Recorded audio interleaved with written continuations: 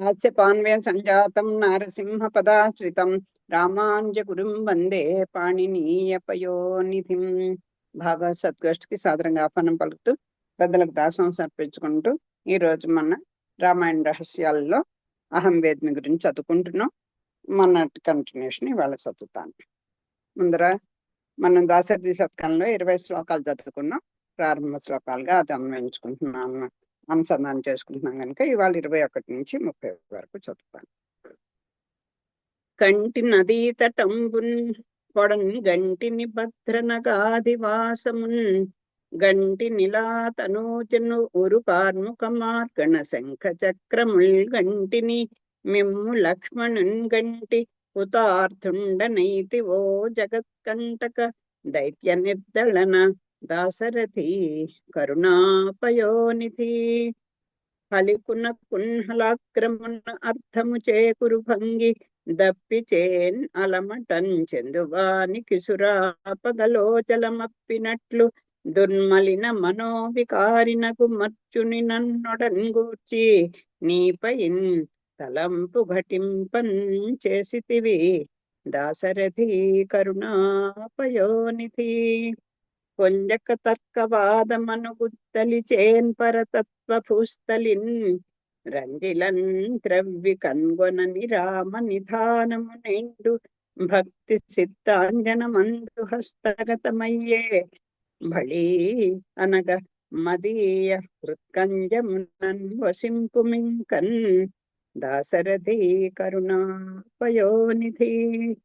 రాముండు ఘోర పాతక విరాముండు సద్గుణ కల్పవల్లికారాముండు షడ్వికార జయరాముండు సాధు జనావన వ్రతోత్తాముండు రాముండే పరమ దైవము మాకని మీ అడుంగు చెందామరలే భజించెదను దాశరథి కరుణాపయోనిధి.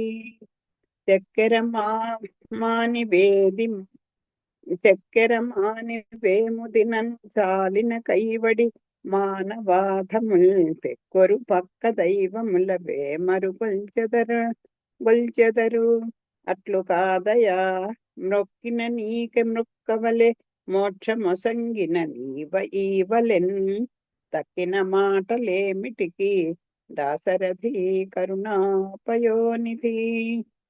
రా కలుషంబులల్ల బయలంబడ ద్రోచిన మా కవాటమై దీకొని ప్రోచు నిక్కమని ధీయుతులన్నన్ తదీయ వర్ణముల్ గైకొని భక్తి చే నుడువన్ గానగరా కానరుగాక విపత్పరంపరల్ దాకొనునే జగజ్జనుల దాశరథి కరుణాపయోనిధి. రామ హరే రామ హరే కకుత్స కుల రామ హరే రఘురామ రామ శ్రీరామ హరే అటంచు మదిరంజిల భేకళంబులీల నీ నామము సంస్మరించిన జనంబు భవం బెడబాసి తత్పరంధామ నివాసులౌదురంట దాశరథి కరుణాపయోనిధి. చక్కెరలప్పకున్మిగుల చవ్వని కెంజికురాకు మోవికిన్ జొక్కపు జుంటి తేనియకున్ చొక్కిలుచున్ కనలేరుగాగ నేడెక్కట రామనామ మధురామృతమానుట కంటే సౌఖ్యమా తక్కిన మాధురీ మహిమ దాశరథి కరుణాపయోనిధి. అండజవాహ నిన్ను హృదయంబున నమ్మిన వారి పాపముల్ కొండల వంటివైన వెసంగూలి నసింపగయున్ని సంతతాఖండల వైభవోన్నతులు గల్గగమానునే మోక్ష లక్ష్మి కైదండయసంగ కున్నే తుదా దాశరథి కరుణాపయోనిధి. తిక్కని పాలపై మిసిమించెందిన మీ గడప పంచదారతో మెక్కిన భంగి నీ విమల మేచక రూప సుధార సంబునా మక్కువ పళ్ళెరంబున సమాహిత దాస్యమనేటి దోయిటన్ దక్కినటంచు జుర్రెదను దాశరథి కరుణాపయోనిధి. ఏతత్ ఫలం శ్రీరామ్ సీతాలక్ష్మి సమేత శ్రీరామచంద్రార్పణమస్తు. మనం కథలో పోతాం. విశ్వామిత్రుడు రాముణ్ణి పంపించమని దశరథుని ప్రార్థించటం. ఆఖరికి ఈయన భయాన్ని చూసి కౌశికుడు మీ వశిష్ఠులు అన్నారు కదా, ఆయన అడిగి అప్పుడే నిర్ణయం చేసుకోవయ్యా అని చెప్పడం. అది ఆ సంభాషణ జరుగుతోంది. కౌశికునికి పూర్వం ఒకప్పుడు తిండి పెట్టి తగవు తెచ్చుకున్నాను నీవన్నది నిజమే. కానీ ఇతడు తిండి అవసరం ఉండని అట్లు మంత్రపూతముగా అమృతము సిద్ధము చేసి పాత్ర నింపించినాడు. దాన్ని నీ పుత్రునికి తినిపించును అంతే. దాంతో రామచంద్రునికి ఇంకా ఆకలి తప్పులు మాటలే తలయెత్తవు సుమా. ఆహా, రామునిదే అదృష్టం. యజ్ఞమే రాముడు, రాముడే క్రతువు. యాగము రాముడు ఒకటే. రామ మహాక్రతువు లోకములో ప్రవర్తిల్లుచుండగా ఆ క్రతు సేవ చేయు కౌశకుడు ఏతించినాడు. హితమేదో గ్రహించము, రామభద్రుని ఋషికి అప్పగించము. పాపం ఈ దశరథ పుత్ర ప్రేమతోటి ఎన్నో రకాలుగా మదన పడతాడు. ఆఖరికి వశిష్ఠుల వారిని దగ్గరకు వెళ్తాడు. ఆయన అని చెప్తాడు, నాయన నువ్వు నీకు కూడా ఒకప్పుడు పరాభవం అయింది కదా అని ఎన్నో పాపం అన్ని గుర్తు చేస్తాడు. అయినా కూడా నాకు తెలుసు నాయన, ఎప్పుడో అయిపోయిన గురించి దానికి తెలియకు, కానీ అప్పుడు కౌశికుడు వేరు, ఇప్పుడు కౌశికుడు వేరు అని చెప్పి అన్ని చేసి, నీకు నీ పిల్లలు చిన్నవాళ్ళు ఆకలి దప్పులకు ఉండలేరు అని అనుకుంటున్నావు కదా, అంచేత అమృతాన్నే సిద్ధం చేసి రెడీగా ఉంచాడు ఆయన. అంటే మంత్రాలే ఆకలి పుట్టకుండా చేసేటువంటి శక్తి ఆయన దగ్గర ఉంది. నువ్వేం బెంగ పెట్టుకోకు. రాముడే క్రతువే రాముడు. నా మాట మీద నమ్మకం ఉంచుకో. రామభద్రుని ఋషికి అప్పగించు అని ఆయన వశిష్ఠుడు చెప్తాడు దశరథుతోటి. క్రతునాశకులు ఎచ్చటనున్నను వారిని హతమార్చెడు వాడు రాముడైనందున నేడి బుద్ధిశాలి అయిన కౌశకుడు విచ్చేసెను. భూరమణ, దశరథ, ఎందుకు ఆలస్యం చేయుచున్నావయ్యా? రాముని ఆ ఋషి శిష్యునిగా చేయవయ్యా. ఆ గురువు పూర్వము మానవుని మహనీయునిగా చేసి దివికెత్తెను. ఆ స్ఫూర్తితో ఆ గురు పాదపద్మముల సన్నిధిలో శక్తివంతుడైన శిష్యుడిగా అయోధ్యావాసులందరినీ గురువుని మించి వైకుంఠమునకెత్తగలడయ్యా. ఆహా, గురువుకు తగిన శిష్యుడు ఎంత సముచితముగా ఉన్నది. ఇంకా భవిష్యత్తులో రాముడు పొందబోయేటటువంటి అదృష్టాన్ని, ఆయన యొక్క ఆ పరత్వాన్ని కూడా మనకి దీనిగా చెప్తున్నారు. ఏమని చెప్తున్నారు?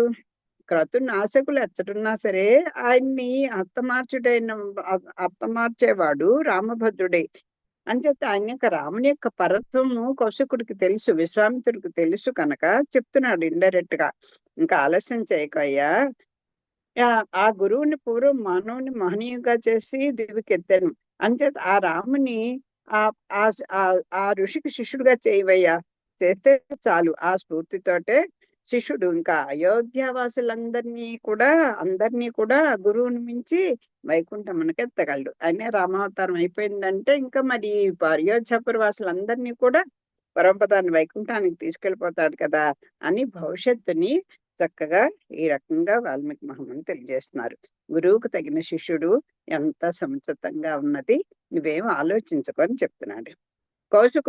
కౌశిక గురువుత్తముని వెంట చిరునవ్వుతో రామభద్రుడు వెళ్ళుచుండగా ఆ గమన సంపద చూచుటకు గత జన్మలలో ఎంతయో సుకృతము గడించి ఉండవలెను.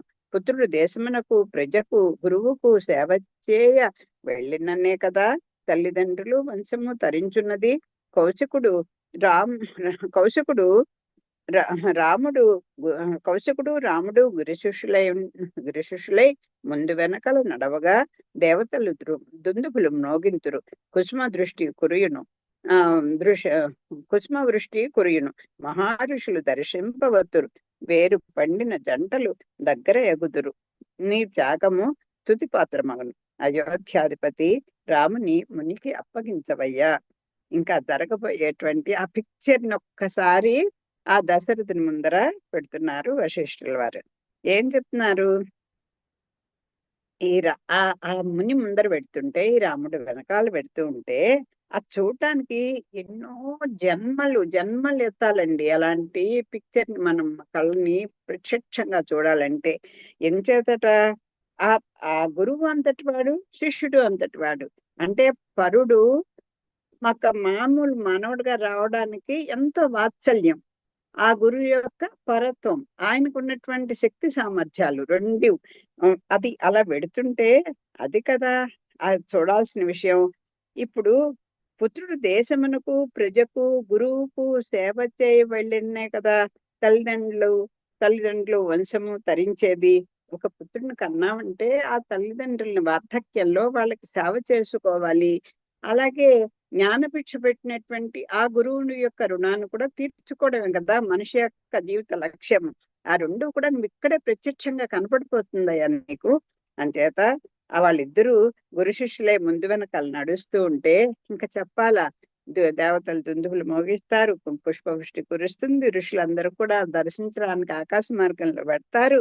వేరుపడినటువంటి ఆ గురు శిష్యులు ఇన్నాళ్ళు ఆయన గురువని ఈయన అనుకోలేదు. విశ్వామిత్రుడికి తెలుసు ఈయన శిష్యుడిగా అవ్వాలని. అయితే ఆయనకి ఆయన పరత్వం ఏంటో ఎరిగిన వాడు కనుక అది ఆ సన్నివేశాన్ని చక్కగా చూస్తావయ్యా.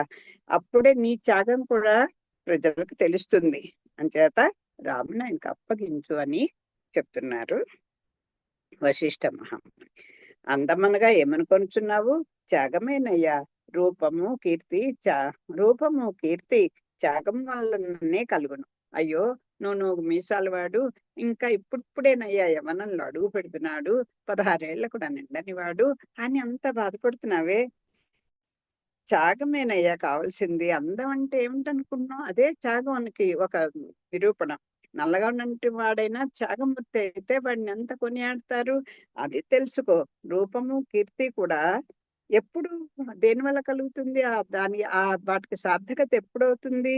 త్యాగం వల్లనే కదా! త్యాగం ఉన్నప్పుడే ఆ కీర్తి, రూపము కూడా మంచి దీంట్లో ఉచ్చ స్థితిలో ఉన్నట్టు. పదవి, అధికారము త్యాగఫలములే. గౌరవమును దాని ఫలమే. అది ఒక పదవైన, అధికారమైన ఇవన్నీ కూడా ఆ త్యాగ ఫలమే. గౌరవమునకు దాని ఫలమే. త్యాగమేనయ్యా సిరి. మోక్ష లాభమును త్యాగం వలన వచ్చింది. త్యాగమే సంపద. మోక్ష లాభము కూడా త్యాగం వలనే వస్తుంది. సర్వము త్యాగమే అయినందున త్యాగమూర్తివై పుత్రుని ఋషిని వెంట పంపవయ్యా. జరగగల దానిని ఇప్పుడు విశదముగా యోగ దృష్టిని చూచితిని. అది ఒక పరమ రహస్యం. కౌశిక గురువుత్తమ కృపచే నీ పుత్రునకు సిరి అబ్బు యోగము ఎదురు చూస్తున్నది. గురు కృపా దృష్టితో నీ సుతుడు ఎంత భయంకర ధనస్సునైనను అవలీలగా ఎత్తగలడు. ఇదిగో నేను ఇప్పుడే చెప్తున్నాను, చూసుకో. నా మాట మీద విశ్వాసించుకో. నేను యోగ దృష్టితో పరిశీలించాను. జరగబోయే మంగళకరములైనటువంటి శుభాలన్నీ కూడా నాకు అలా పిక్చర్ల కళ్ళగడుతున్నాయి. ఒకసారి నా మీద విశ్వాసం ఉంచుకొని చూసుకో. ఏమంటున్నాడు?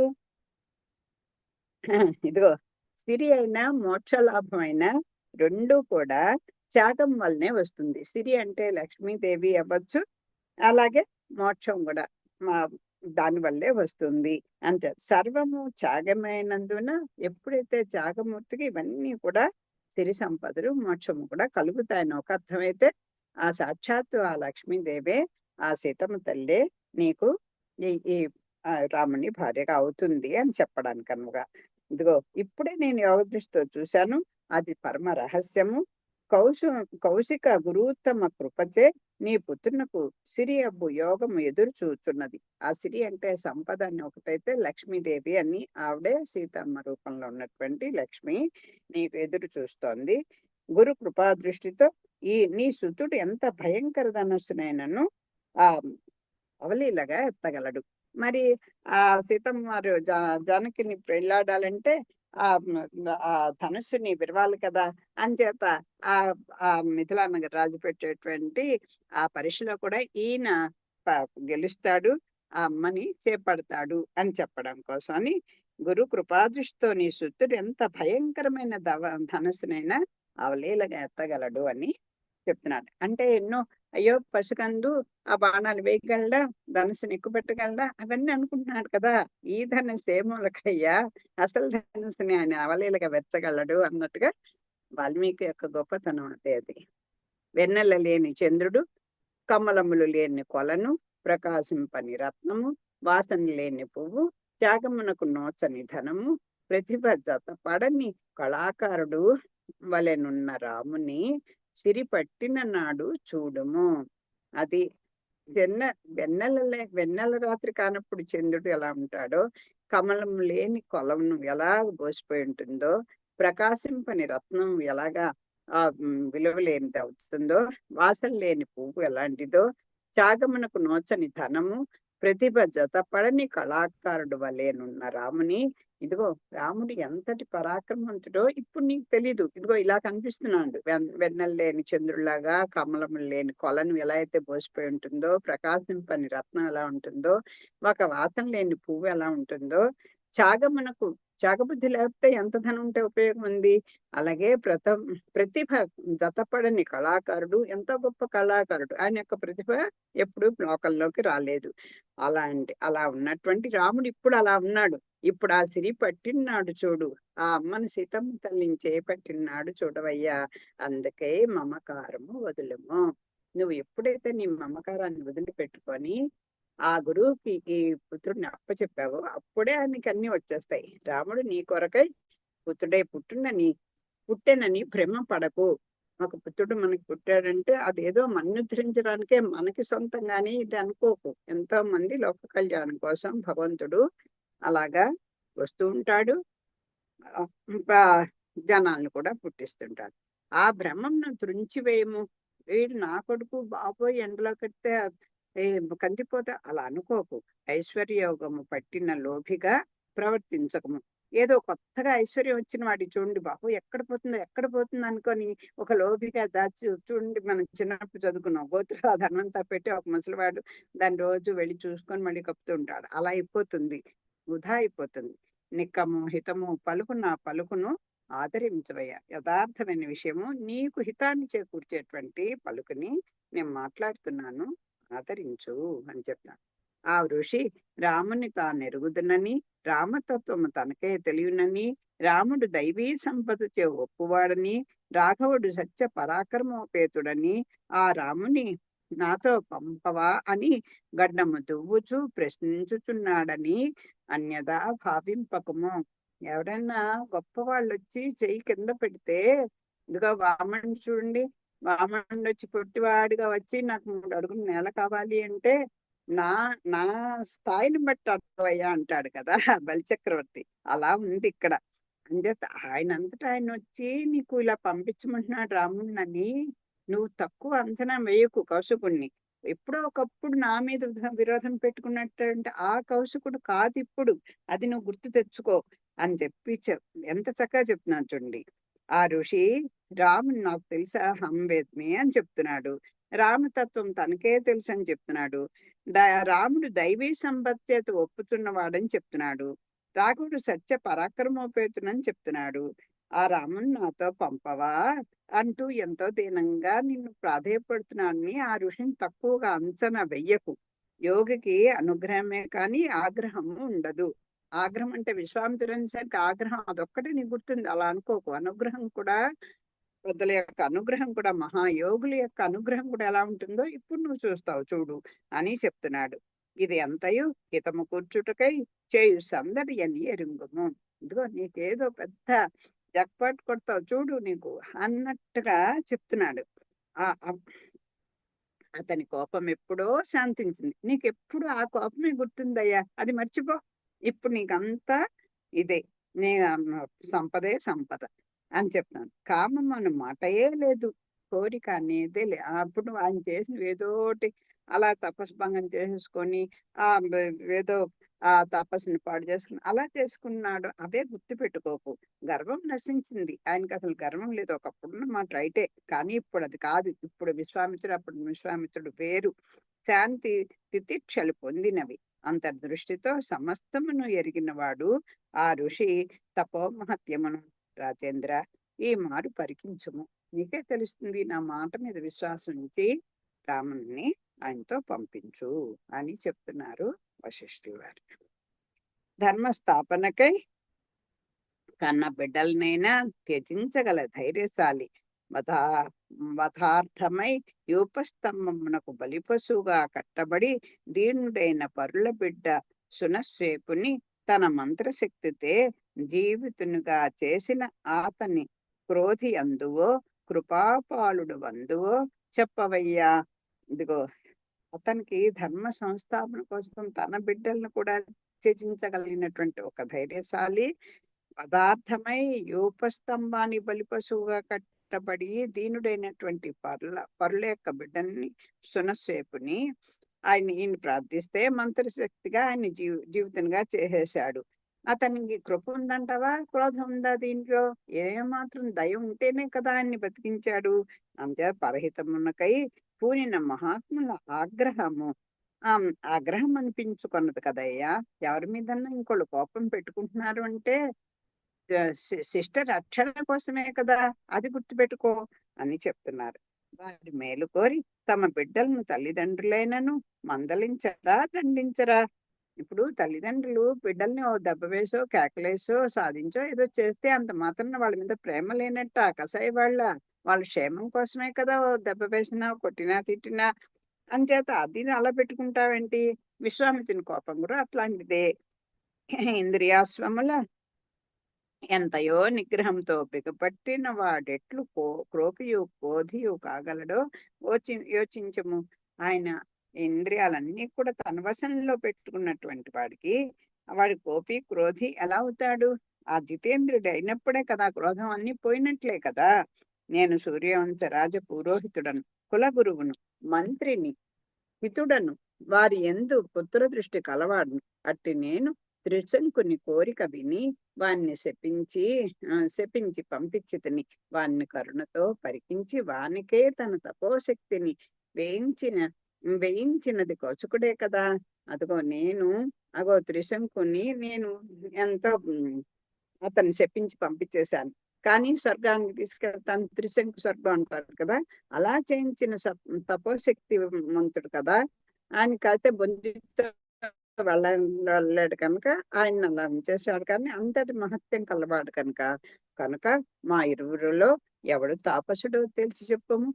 ఆయనకి ఇప్పుడు ఆయన కోపం అన్ని పోయి చక్కగా ఉన్నాడు. అతిథికి తిండి పెట్టి వాడు కోరినది ఇవ్వవలసి ఉండగా తిండి పెట్టి చేయి ఆరకుండగానే అతడు కోరిన గోవు నీయ నిరాకరించితివి. అట్టి నీవు ధర్మ పన్నుములు పలుకుటయా అని నీవు అడగబోచున్నావని ఎరుంగుదునోయి దశరథ. పుత్ర ప్రేమ ఎలా ఉంటుందో చూడండి. అబ్బో, ఇప్పుడు ఇన్ని నీతి వాక్యాలు నాకు చెప్తున్నావా అని గురువు గారిని నిలవేస్తాడేమోనని ముందరే గురువు గారు తను చేసిన పొరపాటుని చెప్తున్నాడు. ఒక అతిథి వచ్చితే ఆయనకు అన్ని హాయిగా గారు సాపాటు పెట్టి అన్ని ఆదరిస్తే ఆయన కోరింది ఇవ్వాలి కదా. నువ్వేం చేసావు? మా అతిథికి తిండి పెట్టావు, వాడు కోరింది ఇవ్వాల్సి ఉండగా తిండి పెట్టి చెయ్యి ఆరకుండానే, ఇంకా తిండి పెట్టి ఒక్క నిమిషం అవ్వకుండానే అతడు కోరిన గోవుని ఆ కామధేను నిమ్మని ఆయన అడిగితే ఇవ్వలేదు కదా నువ్వు. అట్టి నువ్వా ధర్మపన్నములు పలుకుట అని అడుగుతావేమో. ఆ ఎరుగుదును ఈ దశరథన ధర్మ సూక్ష్మమును విను. ఆనాడు అతడు క్షత్రియుడు, వాడు దానమీగా బ్రాహ్మణుడు రహించవలనే కాని బ్రాహ్మణుడినైన నా నుండి వాడు దానము గ్రహింపరాదు కదా. అది నేను ఎందుకు లేదో గుర్తుపెట్టుకో. ఆనాడు అతడు క్షత్రియుడు, వాడు దానమీగా బ్రాహ్మణుడు తీసుకోగలదు కదా. అతడు క్షత్రియుడు, వాడు దానమీగా బ్రాహ్మణుడు గ్రహించవలనే కానీ బ్రాహ్మణుడునైన నా నుండి వాడు దానం గ్రహించరాదు కదా. ఒక క్షత్రియుడు మహారాజు, ఆయన దగ్గర నుంచి దానం తీసుకోవాల్సిన వాడు బ్రాహ్మణుడు. అలాంటి వాడు నన్ను అడిగితే అది తీసుకోకూడదు కదా. ఆనాడు స్వార్థమునకే జీవించిన వాడు నేడో బ్రహ్మ ఋషి కనుక నీ నుండి రామచంద్రుని పొందుటకు అరుడై ఉన్నాడు. ఆనాటి విషయం అప్పుడు మర్చిపో. ఇప్పుడు ఆయన బ్రహ్మర్షి అయ్యాడు, ఆయనకి జితేంద్రుడు అయ్యాడు, ఆయన కోపతాపాలు ఏమీ లేవు. నీ కులాన్ని, నీ రాముణ్ణి ఒక్క యశస్సుకే ఆయన చేస్తున్నాడని తెలుసుకో. అప్పుడు నీవు అప్పుడును ఇప్పుడును బ్రాహ్మణుడవై ఉండి నీవే కదా అతన్ని బ్రాహ్మణుడని అన్నావు. కనుక ఇప్పుడు కులపక్షపాతము కలిగి అతనిని సమర్థించుచున్నావు.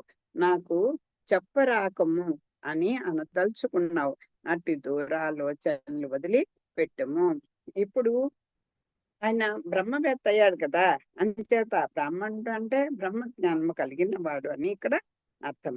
కౌసుకుని కోరిక ఈ భర్తఖండమును కర్మభూమిగాను లోకమునకు ఒక తీర్థ ప్రదేశంగాను పరివర్తన చేయగలదు. ఇదిగో ఇది ఈ కౌశికుడు కోరినటువంటి కోరిక. ఇది ఒక కర్మభూమి, లోకమునకు ఒక తీర్థ ప్రదేశముగాను పరివర్తన చేయగలదు. వాని వంటి గురువులు తీవ్ర తపోశక్తి కలిగి ఉందరు. వారికి ఒకప్పుడు గుణావేశము కలిగినను అది లోకహితమునకే ఉపయోగపడును.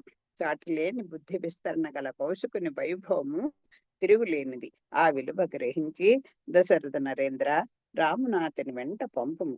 కౌశిక ప్రభావము తెలుపుటకు తగిన పదములు భాష ఎందు కరవడి ఉన్నవి. అబ్బా చూడండి, ఒక్క మాటలో చెప్పేశాడండి. ఆ విశ్వామిత్రుడు ఎలాంటి వాడో చెప్పాలంటే నాకు మరి అక్షరమాల పదాలెళ్ళు దొరకట్లేదయ్యా, ఎటు నుంచి ఎట్టెళ్ళుదావన్నా అని చెప్తున్నాడు. అంతటి యోగి నీ వద్ద చేయి చాపి రాముని పంపగోరుట నీ పుణ్య ఫలమేనయ్యా.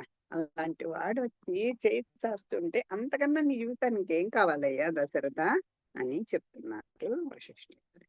శిష్య సహితుడై వెళ్ళు. కౌశికుడు దారిలో రామునే చూచుచు స్పృశించుచు రాముని ముద్దాడుచు వాణ్ణి కౌగలించుచు లాలించుచు రాఘవుని శిరస్సు మూర్ఖొనుచు వాని బుగ్గలు దువ్వుచు చివరికి అతని సంకకెత్తుకొనుచు ఆదరించును.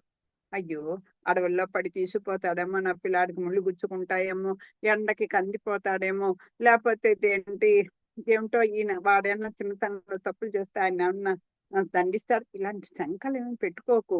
దాశరథికి ఎన్నయో పురాతన రాజ చరిత్రలు వినిపించును, ఆశీర్వదించును, అపరిమిత అస్త్రములనిచ్చును, దైవం వలె సేవించును. యజ్ఞ దక్షిణగా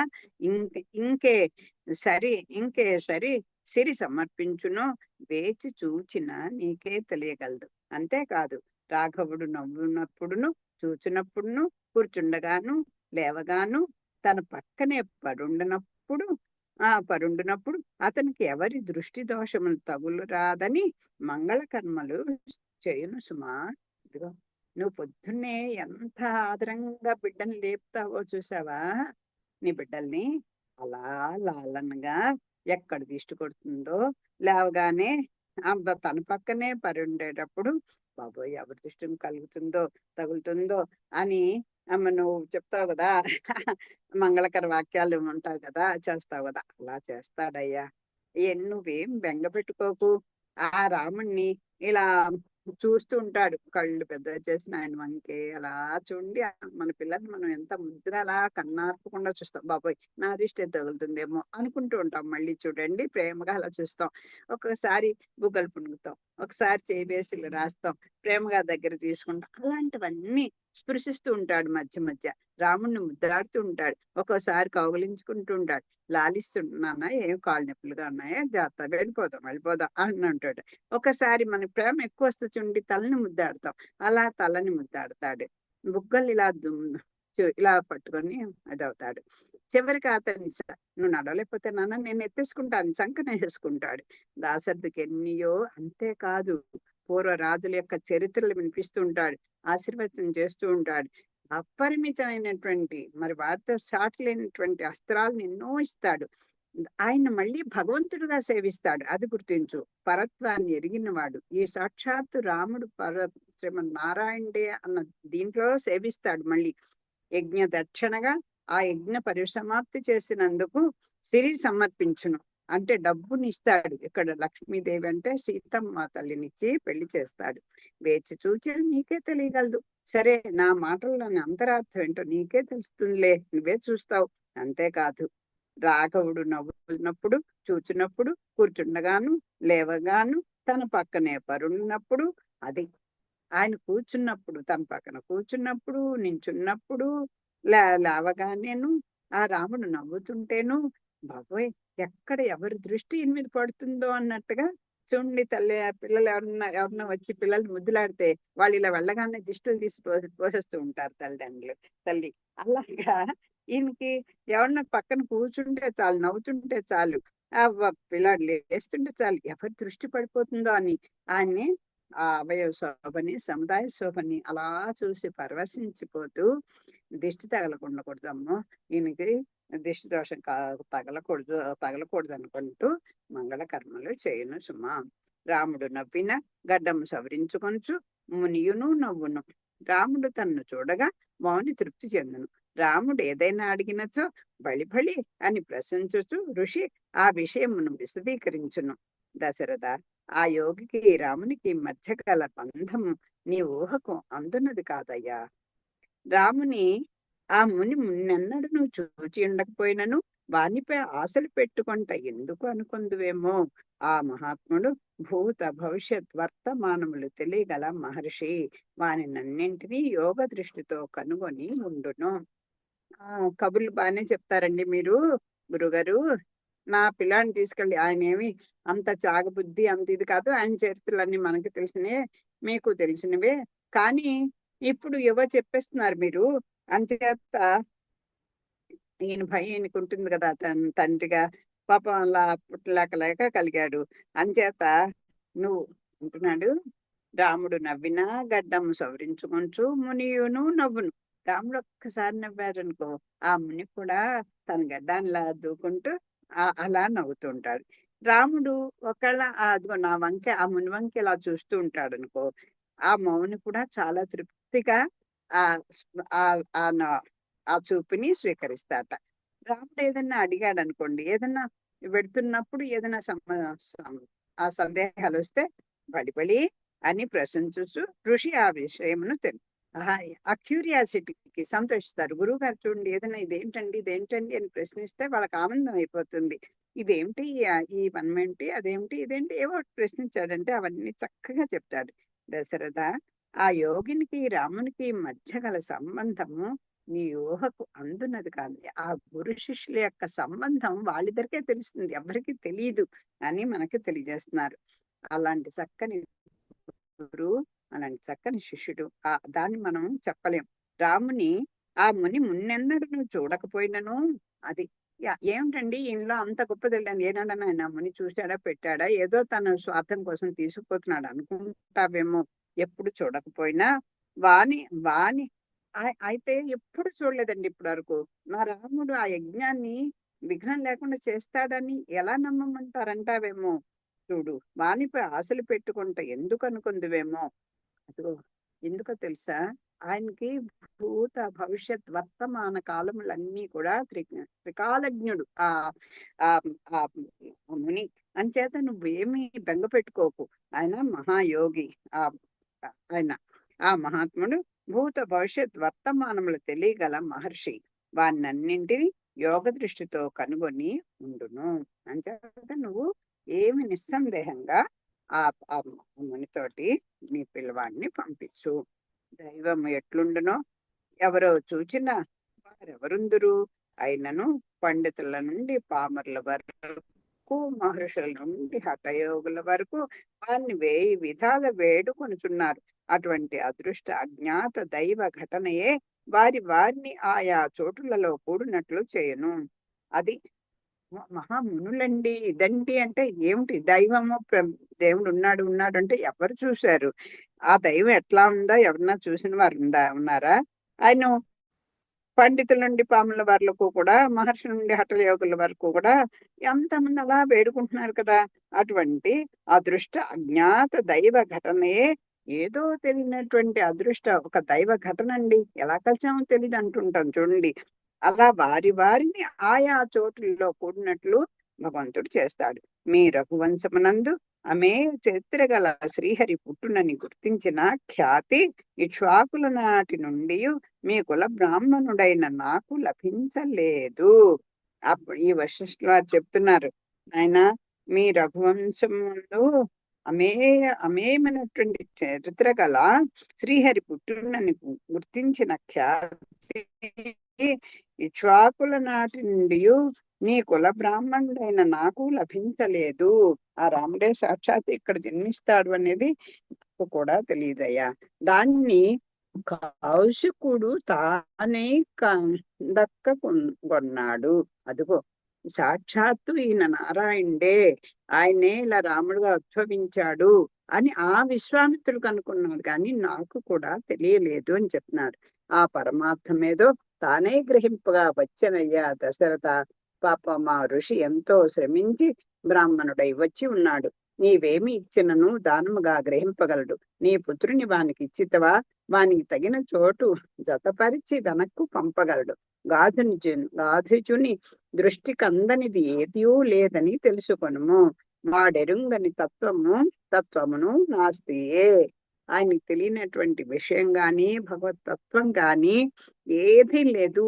సమస్తము ఆయన ఎరుకగలవాడే, తెలిసిన వాడే. అంచేత ఆ ఋషి ఎంతో శ్రమించి నీ బిడ్డ కోసం వచ్చాడు. నువ్వేమి ఇచ్చినా కూడా దానంగా తీసుకుంటాడు. ఒకవేళ నువ్వు ఇచ్చి పంపించా అనుకో, 10 సిరి ఆయన వెంట ఇచ్చే పంపిస్తాడయ్యా. నువ్వేమి బెంగ పెట్టుకోకు అంటే సాక్షాత్తు ఆ లక్ష్మీదేవి అయినటువంటి సీతమ్మ తల్లిని ఇచ్చే పంపిస్తాడు అని భవిష్యత్తుని చెప్తున్నారు వాల్మీకి మహాముని.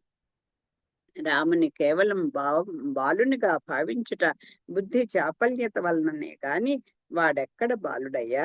ఇన్ని ఎందుకు రాముని తగదో వెళ్ళి కౌసల్య సుమిత్ర కైకలను చాటుగా పిలిచి వారితో చెప్పి చూడుము. దాంతో నీ